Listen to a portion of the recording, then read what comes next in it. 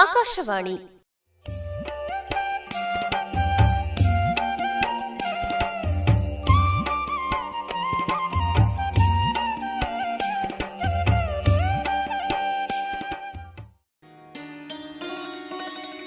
ಇಂದಿನ ವನಿತಾ ವಿಹಾರ ಕಾರ್ಯಕ್ರಮದಲ್ಲಿ ವಿಜಯಪುರದ ಶ್ರೀಮತಿ ಪ್ರಿಯಾ ಪ್ರಾಣೇಶ್ ಹರಿದಾಸ್ ಇವರೊಂದಿಗೆ ಕನ್ನಡ ಸಾಹಿತ್ಯ ಮತ್ತು ದಾಸ ಸಾಹಿತ್ಯದ ಕುರಿತು ಸಂದರ್ಶನ ನಡೆಸಿಕೊಡಲಿದ್ದಾರೆ ಕಿರಣ್ ಕುಮಾರ್ ಶೇಖದಾರ್.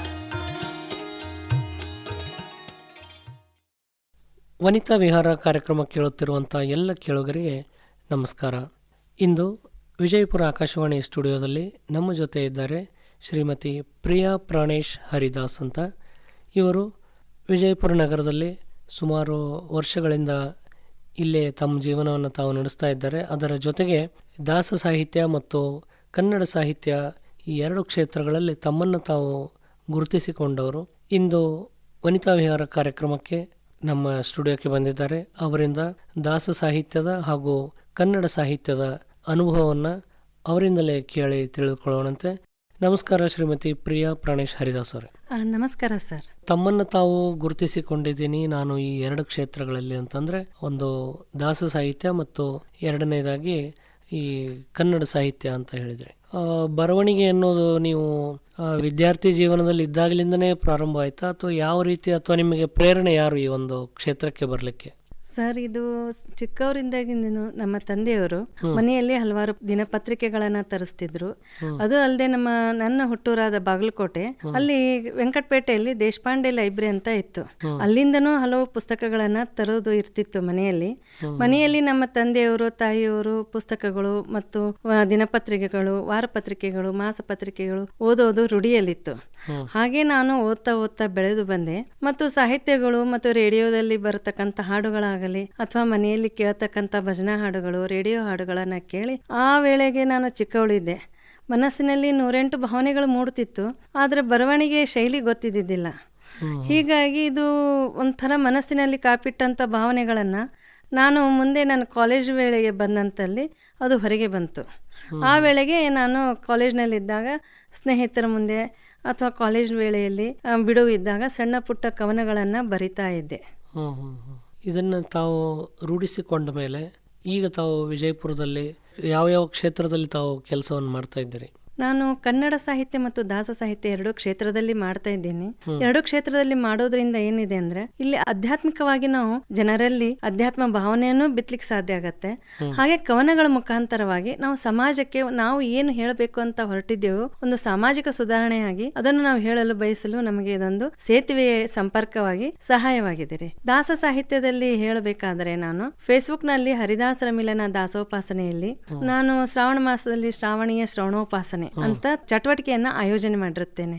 ಅಲ್ಲಿ ಲಕ್ಷ್ಮಿಯ ಚಿಂತನೆ ಬಗ್ಗೆ ಮತ್ತು ನಮ್ಮ ಮಹಿಪತಿದಾಸರ ಆರಾಧನಾ ವೇಳೆಯಲ್ಲಿ ಅಲ್ಲಿ ಮಹಿಪತಿದಾಸರ ಜೀವನ ಚರಿತ್ರೆ ಬಗ್ಗೆ, ಮತ್ತು ಭಾದ್ರಪದ ಮಾಸದಲ್ಲಿ ಬರ್ತಕ್ಕಂಥ ಪಕ್ಷಮಾಸ ಹಿರಿಯರ ಮಾಸ, ಆ ಹಿರಿಯರಿಗೆ ನಾವು ಏಕೆ ಮಾಡ್ತೇವೆ ಅನ್ನುವ ನಮ್ಮ ಒಂದು ಆಧ್ಯಾತ್ಮಿಕ ಹಿನ್ನೆಲೆಯನ್ನ ತಿಳಿಸಿಕೊಡುವ ನಿಟ್ಟಿನಲ್ಲಿ ಸಕಾಲಿಕವಾದ ಲೇಖನಗಳನ್ನು ಹಾಗೂ ಹರಿದಾಸರ ಮಿಲನ ಮತ್ತು ದಾಸೋಪಾಸನೆ ಎಂಬ ಫೇಸ್ಬುಕ್ ಸಮೂಹದಲ್ಲಿ ನಾನು ಕಾರ್ಯಚಟುವಟಿಕೆಗಳನ್ನ ಮಾಡ್ತಿರುತ್ತೇನೆ.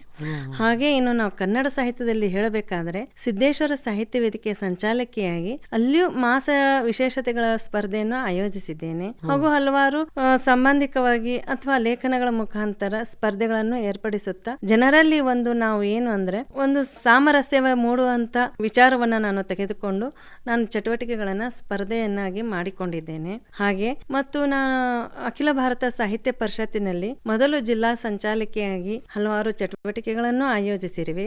ಈಗ ನಾನು ಪ್ರಸ್ತುತ ಮಹಿಳಾ ಪ್ರಭಾರಿಯಾಗಿ ವಿಜಯಪುರ ಜಿಲ್ಲೆಯ ಕಾರ್ಯನಿರ್ವಹಿಸ್ತಾ ಇದ್ದೇನೆ. ಇಲ್ಲಿ ತಾವು ಆಗಲೇ ನನಗೆ ಒಂದು ಮಾಹಿತಿ ಕೊಟ್ಟ ಪ್ರಕಾರ ಶ್ರೀನಿವಾಸ ಕಲ್ಯಾಣ ಎಂಬ 60 ನುಡಿಗಳುಳ್ಳ ದೀರ್ಘ ಕೃತಿಯನ್ನು ಬರೆದಿರುವೆ ಅಂತ ಒಂದಿಷ್ಟು ಮಾಹಿತಿ ಕೊಟ್ರಿ. ಅದನ್ನು ಈಗ ಆಲ್ರೆಡಿ ಏನಾದರೂ ಅದು ಪ್ರಕಟವಾಗಿದೆನಾ ಅಥವಾ ಇಲ್ಲ? ಸರ್, ನಾನು ಪ್ರಕಟಣೆಗೆ ಹೆಚ್ಚು ತಲೆ ಕೆಡಿಸ್ಕೊಂಡಿಲ್ಲ. ಮತ್ತು ಕನ್ನಡದ ಕೃತಿಗಳಾಗಲಿ ಅಥವಾ ದಾಸ ಸಾಹಿತ್ಯದ ಕೃತಿಗಳಾಗಲಿ ನಾ ಪ್ರಕಟಣೆ ಅಂತ ಯಾವ ಗೋಜಿಗೂ ಹೋಗದೆ ನನ್ನ ಮನಸ್ಸಿನ ಭಾವನೆಗಳನ್ನ ಜನರಿಗೆ ಮುಟ್ಟಿಸುವ ಹಂತದಲ್ಲಿ ನಾನು ಕೇವಲ ಓದುಗರ ಸಂಖ್ಯೆ ಕಡಿಮೆ ಆಗಿರೋದ್ರಿಂದ ನಾನು ಹಲವಾರು ಜಾಲತಾಣಗಳಾಗಲಿ ಅಥವಾ ನಾನು ಬ್ಲಾಗ್ಗಳಾಗಲಿ, ನನ್ನದೇ ಆದಂತ ಸ್ವಂತ ಬ್ಲಾಗ್ ಇದೆ, ಮತ್ತು ನಾನು ಸಕಾಲಿಕವಾಗಿ ಪೇಪರ್ಗಳಲ್ಲಿ ಪ್ರಕಟಣೆಗೆ ಅಷ್ಟು ಇಷ್ಟು ಕೊಡ್ತಾ ಇರುತ್ತೇನೆ. ಈಗ ನಾನು ಪ್ರಕಟಣೆಗೆ ತಲೆ ಕೆಡಿಸಿಕೊಂಡಿಲ್ಲ ಯಾವುದೇ ರೀತಿಯಿಂದನೂ. ಮತ್ತು ಇದನ್ನು ಕೇವಲ ಅಂತರ್ಜಾಲ ಮುಖಾಂತರ ಇದನ್ನು ತಾವು ಸಾರ್ವಜನಿಕರಿಗೆಲ್ಲರಿಗೂ ತಿಳಿಯಪಡಿಸ್ತೀರಿ? ಹೌದು ಸರ್, ಯಾಕೆಂದ್ರೆ ಈಗ ಮೊಬೈಲ್ ಜಮಾನ ಆಗಿದೆ ಸರ್. ಈಗ ಓದುಗರಿಗಿಂತ ಹೆಚ್ಚೇನಿದೆ ಅಂದ್ರೆ ಪ್ರತಿಯೊಬ್ಬರು ಮೊಬೈಲ್ ಕೈಯಲ್ಲಿ ಇರೋದೇ ನಾವು ಹೆಚ್ಚಾಗಿ ನೋಡ್ತೇವೆ.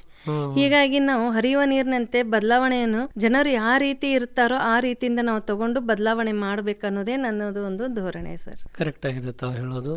ಆಮೇಲೆ ಇನ್ನೊಂದು ತಾವು ಕೊಟ್ಟ ಮಾಹಿತಿ ಪ್ರಕಾರ ನವರಾತ್ರಿ ನವದುರ್ಗೆಯರ ದೀರ್ಘಕೃತಿಯನ್ನು ಬರೆದಿರುವೆ ಅಂತ ಹೇಳಿದ್ರಿ. ಇದು ಏನು, ಇದು ಯಾರು ಒಂದು ಇದರ ಮೇಲೆ ಬರೆದಿರಿ, ಇದು ಹೇಗಿದೆ, ಸ್ವಲ್ಪ ಮಾಹಿತಿ ಕೊಡ್ತೀರಾ ಇದ್ರ ಬಗ್ಗೆ? ಸರ್, ನವರಾತ್ರಿ ನವದುರ್ಗೆಯರ ಬಗ್ಗೆ ಅಂದ್ರೆ ನವರಾತ್ರಿ ಇದು ವಿಜಯದಶಮಿ ಹಬ್ಬ ಬರುತ್ತೆ. ಈ ವಿಜಯದಶಮಿ ಅಂದ್ರೆ ಏನು? ಯಾವ್ದ್ರ ಮೇಲೆ ನಾವು ವಿಜಯ ಮಾಡಬೇಕು? ನಮ್ಮ ಭಾರತದಲ್ಲಿ ಆಚರಿಸತಕ್ಕಂತ ಪ್ರತಿ ಹಬ್ಬಗಳು ನಮಗೆ ಒಂದು ವಿವಿಧ ರೀತಿಯಲ್ಲಿ ನಮಗೆ ಒಂದು ಪಾಠವನ್ನ ಕಲಿಸ್ತದೆ.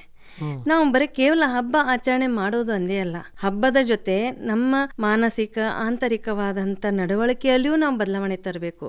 ಮನುಷ್ಯನಲ್ಲಿ ಸಾತ್ವಿಕ, ರಾಜಸ, ತಾಮಸ ಗುಣಗಳಿರುತ್ತೆ. ಅಂತ 3 ಗುಣಗಳಲ್ಲಿ ನಾವು ಸಾತ್ವಿಕವನ್ನಾಗಿ ಮಾಡ್ಕೊಳ್ಳಬೇಕನ್ನೋ ಉದ್ದೇಶದಿಂದ ನವದುರ್ಗಿಯರು ಯಾವ ರೀತಿ ತಮ್ಮ ಕಥೆಗಳ ಮೂಲಕ ಅದನ್ನ ನಮಗೆ ಹೇಳಿದ್ದಾರೆ ಅನ್ನೋದನ್ನ, ನಮ್ಮ ಗುಣಗಳನ್ನ ನಾವು ತಿದ್ದುಕೋಬೇಕು ಅನ್ನೋದನ್ನೇ ನಾನು ಈ ದೀರ್ಘಕೃತಿಯಲ್ಲಿ ನವದುರ್ಗಿಯರ ಎಲ್ಲ ಕಥೆಗಳನ್ನ ಒಳಗೊಂಡು ಕೊನೆ ಹಂತದಲ್ಲಿ ನಾವು ಮಾನವರು ಯಾವ ರೀತಿಯಿಂದ ನಾವು ನಮ್ಮಲ್ಲಿ ಇರತಕ್ಕಂಥ ನವವಿಧ ದ್ವೇಷಗಳನ್ನ ನಾವು ಗೆದ್ದು ನವವಿಧ ಭಕ್ತಿಗಳಲ್ಲಿ ದೇವರಲ್ಲಿ ನಾವು ಭಕ್ತಿಯಿಂದ ನಾವು ನಡೆಯಬೇಕು. ದೇವರಲ್ಲಿ ಭಕ್ತಿ ಮಾಡೋದೆಂದ್ರೆ ಏನು?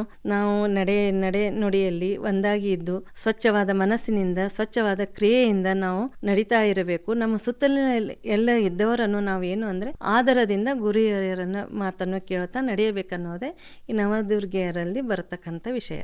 ಮತ್ತು ಈಗ ನೀವು ಹೇಳ್ತಾ ಇದ್ರಿ ಸಿದ್ದೇಶ್ವರ ಸಾಹಿತ್ಯ ವೇದಿಕೆಯ ಜಿಲ್ಲಾ ಸಂಚಾಲಕಿಯಾಗಿ ನಾನು ಕಾರ್ಯವನ್ನು ನಿರ್ವಹಿಸ್ತಾ ಇದ್ದೀನಿ ಅಂತೇಳಿ. ಇದು ಕನ್ನಡ ವಿಷಯಕ್ಕೆ ಸಂಬಂಧಪಟ್ಟ ಹಾಗೆ ಇದೆ. ಇಲ್ಲಿ ತಾವು ಏನೇನು ಮಾಡ್ತೀರಿ? ತಮ್ಮ ಕೆಲಸ ಏನು? ಇದು ಶ್ರೀಮತಿ ಗಿರಿಜಾ ಪಾಟೀಲ್ ಅಂತ ಅವರು ಸಂಸ್ಥಾಪಿಸಿದ ಸಮೂಹ. ಇದು ಶ್ರೀ ಸಿದ್ದೇಶ್ವರ ಸಾಹಿತ್ಯ ವೇದಿಕೆ ಅಪ್ಪಾಜಿಯವರ ಹೆಸರಿನಿಂದ ಸ್ಥಾಪನೆ ಮಾಡಿದ್ದು. ಈ ಸಮೂಹದಲ್ಲಿ ನಾನು ಪ್ರತಿ ವರ್ಷ ಒಂದೊಂದು ಸ್ಪರ್ಧೆ ಆಯೋಜನೆ ಮಾಡಿರುತ್ತೇನೆ ಅಥವಾ ನಾನು ಸಮೂಹವನ್ನ ಅವಲೋಕನ ಮಾಡ್ತಾ ಇರುತ್ತೇನೆ. ಈ ಸಮೂಹದಲ್ಲಿ ನಾನು ಜನರಿಗೆ ನಾನು ಕೆಲವೊಂದು ವಿಷಯಗಳ ಬಗ್ಗೆ ಸ್ಪರ್ಧೆ ಮಾಡಿದ್ದೇನೆ ಅಷ್ಟೇ.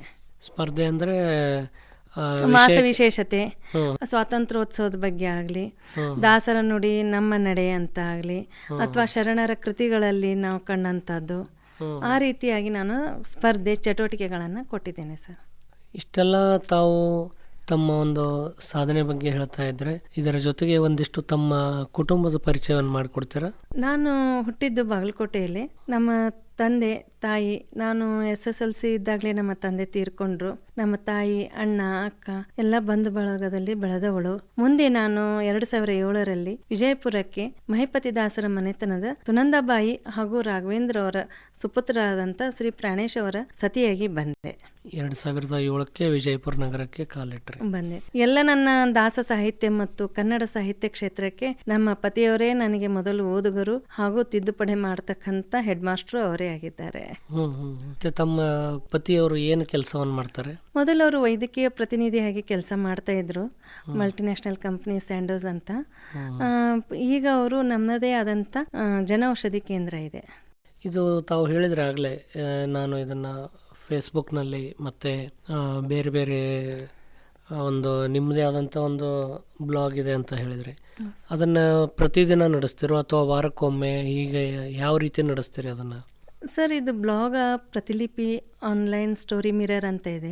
ಇಲ್ಲಿ ಏನದಂದ್ರೆ ಇಡೀ ಜಗತ್ತಿನಾದ್ಯಂತ ಓದನೂಬಹುದು ಅಥವಾ ಬರೆದು ಹಾಕಲೂಬಹುದು. ಇಲ್ಲಿ ನಾವೇನಿದೆ ಅಂದ್ರೆ ನಮಗೆ ತಿಳಿದಾಗ ನಾವು ಬರೆದ್ರೆ ಸಾಕು. ಅಲ್ಲಿ ಕಾಲಕಾಲಿಕವಾಗಿ ಬರೀಬೇಕಂತ ಯಾವುದೇ ನಿಯಮಗಳಿಲ್ಲ. ಅಂತದನ್ನೇ ನಾನು ಅಳವಡಿಸಿಕೊಂಡಿದ್ದು. ಯಾಕಂದ್ರೆ ಒಂದು ಹೆಣ್ಣು ಅಂದ್ರೆ ಕುಟುಂಬದ ಜವಾಬ್ದಾರಿ ಜೊತೆ ಕೆಲವೊಂದು ಒತ್ತಡಗಳಿರತ್ತೆ. ಅವೆಲ್ಲವನ್ನು ನಾವು ಮಾಡಿಕೊಂಡು ಹೋಗೋದು ಕೆಲವೊಂದು ಕಷ್ಟಕರ ಆಗತ್ತೆ.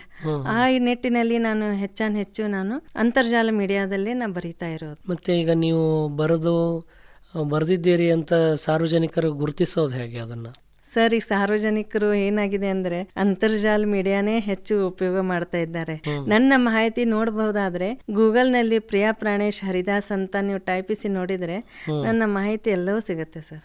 ಎಲ್ಲರಿಗೂ ಸಿಗತ್ತೆ ರೀ. ಮತ್ತೆ ತಾವು ಹೇಳಿದ ಪ್ರಕಾರ ಇಷ್ಟೊಂದು ಸಾಧನೆಗಳನ್ನು, ಇಷ್ಟೊಂದು ಸಮಾಜ ಸೇವೆಯನ್ನು, ಸಮಾಜಮುಖಿಯಾಗಿ ನಿಮ್ಮನ್ನು ನೀವು ತೊಡಗಿಸಿಕೊಂಡಿದ್ದೀರಿ. ಮತ್ತು ನನಗೆ ಒಂದು ಕುತೂಹಲ ಏನಪ್ಪ ಅಂತಂದರೆ, ಯಾವುದಾದ್ರೂ ಪ್ರಶಸ್ತಿಗಳು ಅಥವಾ ಬಹುಮಾನಗಳು ಏನಾದರೂ ನಿಮ್ಮನ್ನು ಹುಡುಕಿಕೊಂಡು ಬಂದಿರಬೇಕಲ್ಲ?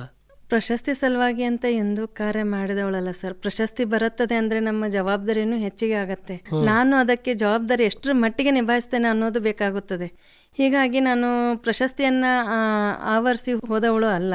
ಆದ್ರೆ ನನ್ನ ಕೆಲಸಗಳನ್ನ ನೋಡಿ ಕೊಟ್ಟದ್ದಿದೆ, ನನಗೆ ಅದೇ ಆಗತ್ತೆ. ನಾನು ನನ್ನ ಖುಷಿಗಾಗಿ ಸಮಾಜಕ್ಕೊಂದು ಏನೋ ಒಂದು ಕೊಡ್ಬೇಕು ಅಂತ ಬರೀತಾ ಇದ್ದೀನಿ. ಈ ಪ್ರಶಸ್ತಿ ಬಂದಿದೆ, ಖುಷಿ ಆಗಿದ್ರ ಜೊತೆ ಜವಾಬ್ದಾರಿನೂ ಹೆಚ್ಚುತ್ತಾ ಇದೆ ಸರ್.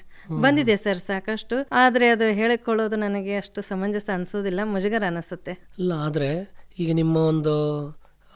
ನಿಮ್ಮನ್ನು ನೀವು ಸಮಾಜಮುಖಿಯಾಗಿ ಏನು ಕೆಲಸ ಮಾಡ್ತಾ ಇದ್ದೀರಲ್ಲ, ಅದನ್ನು ಗುರುತಿಸೇ ಸಮಾಜ ಪ್ರಶಸ್ತಿಗಳನ್ನು ಕೊಟ್ಟಿರುತ್ತೆ. ಅವು ಯಾವ ಹೇಳ್ಬೋದಲ್ಲ? 2022ರಲ್ಲಿ ಭಾರ್ಗವ ಭೂಷಣ ಅಖಿಲ ಭಾರತ ಬ್ರಾಹ್ಮಣ ಪರಿಷತ್ನಿಂದ ಬಂದಿದೆ. ಹಾಗೂ ಸಮಸ್ತ ವಿಜಯಪುರ ಬ್ರಾಹ್ಮಣದಿಂದ ಮಹಿಳಾ ಸಾಧಕಿ ಅಂತ ಬಂದಿದ್ದಾರೆ. ಮತ್ತು ಕಳೆದ ವರ್ಷ ಇಡೀ ವಿಜಯಪುರ ಸಮಸ್ತ ಮಹಿಳಾ ಘಟಕದಿಂದ, ಅಲ್ಲಿ ಕೇವಲ ಒಂದೇ ಸೀಮಿತ ಅಲ್ಲ, ಎಲ್ಲ ಸೀಮಿತ ವರ್ಗದ ಜನರಿಂದ ಅಲ್ಲಿಯೂ ಪ್ರಶಸ್ತಿ ಬಂದಿದೆ. ಮತ್ತು ಭಾವಸಂಗಮದಿಂದ ಸ್ವರ್ಣಸಿರಿ ಪ್ರಶಸ್ತಿ ಬಂದಿದೆ. ಕಪ್ಪತಗಿರಿ ಸಾಹಿತ್ಯ ವೇದಿಕೆ ವಿಜಯಪುರದಿಂದ ಕಳೆದ ವರ್ಷ ನನಗೆ ಕರುನಾಡ ಕಿರೀಟ ಅಂತ ದಾಸ ಸಾಹಿತ್ಯ ಮತ್ತು ಸಂಘಟಕರು ಅಂತ ಬಂದಿದೆ ಸರ್. ಹೀಗೆ ಹಲವಾರು ಬಂದಿದೆ ಸರ್. ಹಾಗೂ ಅಂತರ್ಜಾಲ ಮೀಡಿಯಾದಾದಂಥ ಆನ್ಲೈನ್ ಸ್ಟೋರಿ ಮಿರರ್ನೊಳಗೆ ನನಗೆ ರಾಷ್ಟ್ರೀಯ ಓದುಗಾರ ನಿಟ್ಟಿನಲ್ಲಿ 10ನೇ ಶ್ರೇಣಿ ಸ್ಥಾನವನ್ನು ಪಡೆದಿದ್ದೇನೆ. ಈಗ ತಾವು ಹೇಳಿದ್ರಿ ಇದು ಪ್ರತಿಲಿಪಿ ಅಂತ ಹೇಳಿ ಒಂದು ನಿಮ್ಮದು ಆ್ಯಪ್ ಥರ ಇದೆ ಅಂತ. ಹೌದು ಸರ್. ಅದರಲ್ಲಿ ಎಷ್ಟು ಜನ ಓದುಗರಿದ್ದಾರೆ, ಎಷ್ಟು ಜನ ಅದನ್ನು ನೋಡ್ತಾರೆ? ಸರ್, ಇದು ಪ್ರತಿಲಿಪಿ ಮತ್ತು ಆನ್ಲೈನ್ ಸ್ಟೋರಿ ಮಿರರ್ ಅನ್ನೋದು ಇದು ಜಗತ್ತಿನಾದ್ಯಂತ ಎಲ್ಲರೂ ಓದಬಹುದು ಮತ್ತು ಬರೆಯಬಹುದು. ಇದರಲ್ಲಿ ನನಗೆ ಪ್ರತಿಲಿಪಿಯಲ್ಲಿ 60,000 ಇದ್ದಾರೆ ಮತ್ತು ಸ್ಟೋರಿ ಮಿರರ್ನಲ್ಲಿ ಹೆಚ್ಚಿದ್ದಾರೆ, ಅಲ್ಲಿ ಹೆಚ್ಚಿದ್ದಾರೆ, ನಂಬರ್ ನೆನಪಿಲ್ಲ, ಇದ್ದಾರೆ ಓದುಗರು ಸರ್. ಇಲ್ಲೊಂದು ಪ್ರಶ್ನೆ ಏನಂತಂದರೆ, ಉಡುಪಿ ಶ್ರೀ ವಾದಿರಾಜ ಸಂಶೋಧನಾ ಪ್ರತಿಷ್ಠಾನ ಉಡುಪಿ, ಇಲ್ಲಿ ತಾವು ಒಂದು ಪ್ರಬಂಧವನ್ನು ಮಂಡನೆ ಮಾಡಿದ್ರಿ. ವಿಜಯದಾಸರ ಕೀರ್ತನೆ ಉಡುಪಿ ಯಾತ್ರೆ ಅಂತ ಈ ಪ್ರಬಂಧವನ್ನ ಮಂಡನೆ ಮಾಡಿದ್ರಿ. ಈ ಪ್ರಬಂಧವನ್ನ ಮಂಡನೆ ಮಾಡಿದಾಗ ನಿಮಗೆ ಅವಕಾಶ ಹೇಗೆ ಒದಗಿ ಬಂತು? ಮತ್ತೆ ಅದು ಪ್ರಬಂಧ ಮಂಡನೆ ಮಾಡಿದ ನಂತರ ನಿಮಗೆ ಸಿಕ್ಕಂತ ಖುಷಿಯನ್ನ ನಮ್ಮ ಕೇಳುಗರಿಗೆ ಹಂಚಿಕೊಳ್ಳಬಹುದಲ್ಲ? ಕೃಷ್ಣನ ಸನ್ನಿಧಾನದಲ್ಲಿ ನಾ ಪ್ರಬಂಧನೆ ಮಾಡುತ್ತಿರೋದೇ ಒಂದು ನನ್ನ ಪೂರ್ವ ಜನ್ಮದ ಪುಣ್ಯ ಅನುಭವ ಸರ್. ಇದನ್ನು ನನಗೆ ಅವಕಾಶ ಬಂದದ್ದು ಅಂದರೆ ನನ್ನ ದಾಸ ಸಾಹಿತ್ಯದ ಸಹೋದರ ಆದಂಥ ಗುರಾಜ್ ಪುಶೆಟ್ಟಿ ಹಳ್ಳಿಯವರು ನನ್ನ ಸಾಧನೆಯನ್ನು ಗುರುತಿಸಿ ಅವರು ಇವರಿಗೆ ಅವಕಾಶ ಕೊಡಬೇಕು ಅಂತ ಮಾಡಿದ್ದು. ಆ ನಿಟ್ಟಿನಲ್ಲಿ ನಾನು ಉಡುಪಿ ಯಾತ್ರೆಯ ಪ್ರಬಂಧ ಮಂಡನೆ ಮಾಡಿರುವೆ ಸರ್. ಅಂದರೆ ಇದು ಯಾವ ವರ್ಷದಲ್ಲಿ ಮಾಡಿದ್ರಿ? 2024ನೇ ಇಸ್ವಿಯಲ್ಲಿ. 2024ನೇ ಇಸ್ವಿಯಲ್ಲಿ ಪ್ರಬಂಧವನ್ನು ಮಂಡನೆ ಮಾಡಿದ್ರಿ ಸರ್. ಈಗ ತಾವು ನೋಡ್ತಾ ಇರ್ತೀರಿ, ಸಮಾಜದಲ್ಲಿ ಸಾಕಷ್ಟು ಮಹಿಳೆಯರು ವಿದ್ಯಾವಂತರು ಇರ್ತಾರೆ, ಆದರೆ ಸಮಯವನ್ನು ಹಾಗೆ ಕಳೀತಾ ಇರ್ತಾರೆ. ತಾವು ಹೇಗೆ ನಿಮ್ಮನ್ನು ನೀವು ತೊಡಗಿಸಿಕೊಂಡಿದ್ದೀರಿ, ಹಾಗೆ ಎಲ್ಲ ಮಹಿಳೆಯರು ಪಾಲ್ಗೊಂಡ್ರೆ ಸಮಾಜದಲ್ಲಿ ಅಥವಾ ಬಡಾವಣೆಗಳಲ್ಲಿ ಸಂಸ್ಕಾರ ಅನ್ನೋದು ಹೆಣ್ಣು ಮಕ್ಕಳಿಂದ ಬೇಗ ಅದು ಬೆಳವಣಿಗೆ ಆಗುತ್ತೆ ಅಂತ ನನ್ನ ವಿಚಾರ. ಇದಕ್ಕೆ ತಮ್ಮ ಅಭಿಪ್ರಾಯ ಏನು? ನೀವು ಹೇಳಿದ್ದು 100ಕ್ಕೆ 100 ಸತ್ಯ ಸರ್. ಒಂದು ಹೆಣ್ಣು ಮನಸ್ಸು ಮಾಡಿದರೆ ಏನು ಬೇಕಾದ್ ಮಾಡಬಹುದು. ಅವಳು ಲಕ್ಷ್ಮಿ, ಸರಸ್ವತಿ, ದುರ್ಗೆ, ಪಾರ್ವತಿ, ಸಹಸ್ರ ಶಕ್ತಿ ಇದ್ದಂಥವಳು ಮಹಿಳೆ. ಆ ಮಹಿಳೆ ಮೊದಲು ಏನ್ ಮಾಡಬೇಕು ಅಂದ್ರೆ ತನ್ನ ನಿತ್ಯದ ಕೆಲಸ ಜೊತೆ ತನಗಾಗಿ ತನ್ನ ಹವ್ಯಾಸವನ್ನು ಗುರುತಿಸಿಕೊಂಡು ನಾವು ಅದರಲ್ಲಿ ತೊಡಗಬೇಕು. ಹವ್ಯಾಸ ಗುರುತಿಸ್ಕೊಂಡು ಅನ್ನೋದ್ರಲ್ಲಿ ಏನಾಗತ್ತೆ, ಎಲ್ಲ ಕಲೆಗಳಿಗೂ ಬೆಲೆ ಇದೆ. ಆ ಕಲೆಗಳ ಜೊತೆ ಒಂದಿಷ್ಟು ನಾವು ಓದುವಿನಲ್ಲಿ ತೊಡಗಿಸಿಕೊಂಡರೆ ನಮ್ಮ ಆತ್ಮಕ್ಕೆ, ನಮ್ಮ ದೇಹ ಹೋದರೂ ಅದು ನಮ್ಮ ಆತ್ಮಕ್ಕೆ ಸಿಗ್ತಕ್ಕಂತ ನಿತ್ಯ ನಿರಂತರ ಒಂದು ಸಾಧನ ಆಗತ್ತೆ. ಯಾವೇ ಜನ್ಮಕ್ಕೆ ಹೋದ್ರೂ ಅಲ್ಲಿ ನಮಗೆ ಸಂಸ್ಕಾರ ಇರುತ್ತೆ. ಆ ಹೆಣ್ಣು ನಿಟ್ಟಿನಲ್ಲಿ ನೀವು ಯಾವುದೇ ಕಲೆಯಲ್ಲಿ ತೊಡಗಿಸಿಕೊಳ್ಳಿ, ಓದುವುದನ್ನ ಒಂದು ಅಭಿರುಚಿಯನ್ನ ಬೆಳೆಸಿಕೊಂಡರೆ ನೀವು ಓದುವುದರ ಜೊತೆ ನಿಮ್ಮ ಮನೆಯಲ್ಲಿ ನಿಮ್ಮ ಮಕ್ಕಳಿಗೂ ಓದುವ ಅಭಿರುಚಿ ಬೆಳೆಯುತ್ತೆ. ಮತ್ತು ನಿಮ್ಮ ಮಕ್ಕಳು, ಈಗ ನಮ್ಮ ತಾಯಂದ್ರು ಬೆಳೆಸಿದಂತ ನಮಗೇನಾಗಿತ್ತು, ಅಷ್ಟು ಕಾಲಗಳಿಗೆ ನಾವು ಪರೀಕ್ಷೆಯಲ್ಲಿ ಒಡ್ಡುವಂತದ್ದು ಇರ್ತಿದ್ದಿಲ್ಲ. ಈಗಿನ ಇಂದಿನ ಆಧುನಿಕ ಸಮಾಜದಲ್ಲಿ ಮಕ್ಕಳನ್ನೇ ಬೆಳೆಸೋದೇ ಒಂದು ನಮಗೆ ದೊಡ್ಡ ಪರೀಕ್ಷೆಯಾಗಿದೆ. ಯಾಕಂದ್ರೆ ನಾವು ಮನೆಯಲ್ಲಿ ಸಂಸ್ಕಾರಾಂತರಾಗಿರುತ್ತೇವೆ. ಇದು ಅಂತರ್ಜಾಲ ಮೀಡಿಯಾ ಮತ್ತು ಇದು ಮೊಬೈಲ್ ಅನ್ನೇ ಅದು ಎದುರಿಗಿದ್ದಾಗ ಎಲ್ಲರೂ ಸರಿಯಾಗಿರುತ್ತೆ. ಎಲ್ಲರೂ ತಮ್ಮ ಕೆಲಸ ನಿಮಿತ್ತ ಓದುವಾಗ ಅಥವಾ ಕಾಲೇಜ್ಗೆ ಹೋಗ್ಲಿ ಮಕ್ಕಳು, ಅಲ್ಲಿ ಹೋದಾಗ ಏನಾಗುತ್ತೆ, ಮೊಬೈಲ್ ಮೂಲಕ ಒಂದು ಒಳ್ಳೆ ಹಾದಿನೂ ಹಿಡಿಬಹುದು, ಅಡ್ಡ ಹಾದಿನೂ ಹಿಡಿಬಹುದು. ಹೀಗಾಗಿ ನಾವು ಮಕ್ಕಳಲ್ಲಿ ಮತ್ತು ಮನೆಯಲ್ಲಿ ಒಂದು ಸುಸಂಸ್ಕೃತವನ್ನ ತರಬೇಕಾದ್ರೆ ಹೆಣ್ಣು ಮೊದಲು ತಮ್ಮ ಧರ್ಮದ ಬಗ್ಗೆ ತಿಳಿದುಕೊಂಡು ಓದುವಿನಲ್ಲಿ ತೊಡಗಬೇಕು. ಸಾಮಾಜಿಕ ಲೇಖನಗಳಾಗಲಿ ಬರಹಗಳಾಗಲಿ, ಒಟ್ಟು ಸಾಮಾಜಿಕವಾದಂಥ ಲೇಖನಗಳು ಮತ್ತು ಸಂಸ್ಕಾರಿಕವಾದಂಥ ಲೇಖನಗಳು, ಧಾರ್ಮಿಕವಾದಂಥ ಲೇಖನಗಳು, ಮೌಲ್ಯಯುತ ಓದುಗಳನ್ನು ಒದಗಿಸಿಕೊಂಡು ಹೊಂಟ್ರೆ ಅದು ನಮ್ಮ ಮನೆಯನ್ನು ನಾವು ಸುಧಾರಣೆ ಮಾಡಬಹುದು.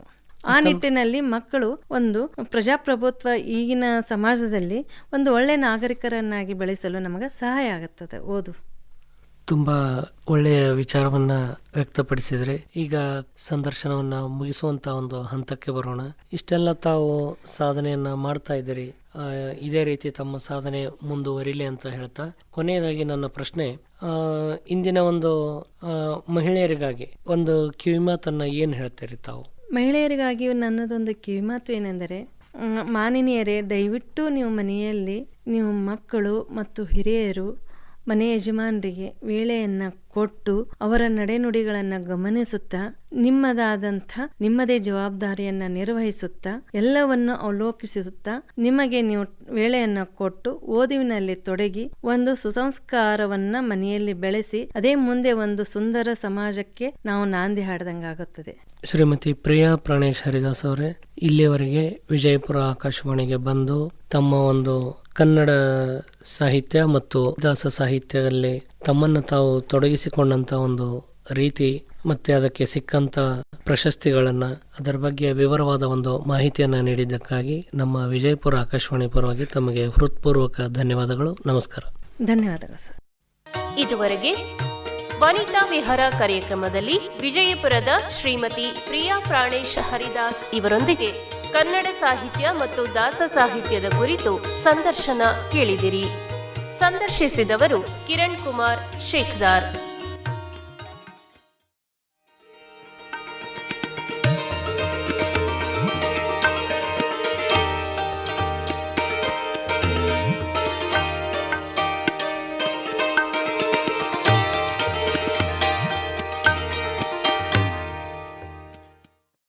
ಸಹಕಾರ ಸಿದ್ರಾಯ್ ಸಾಳುಂಕೆ. ನಿರ್ಮಾಣ ಬಿ ಸಿದ್ದಣ್ಣ. ಆಕಾಶವಾಣಿ ವಿಜಯಪುರದಲ್ಲಿ ಸಿದ್ಧಪಡಿಸಲಾದ ಈ ಕಾರ್ಯಕ್ರಮ ರಾಜ್ಯದ ಎಲ್ಲಾ ಬಾನುಲಿ ಕೇಂದ್ರಗಳಿಂದ ಏಕಕಾಲಕ್ಕೆ ಪ್ರಸಾರವಾಯಿತು.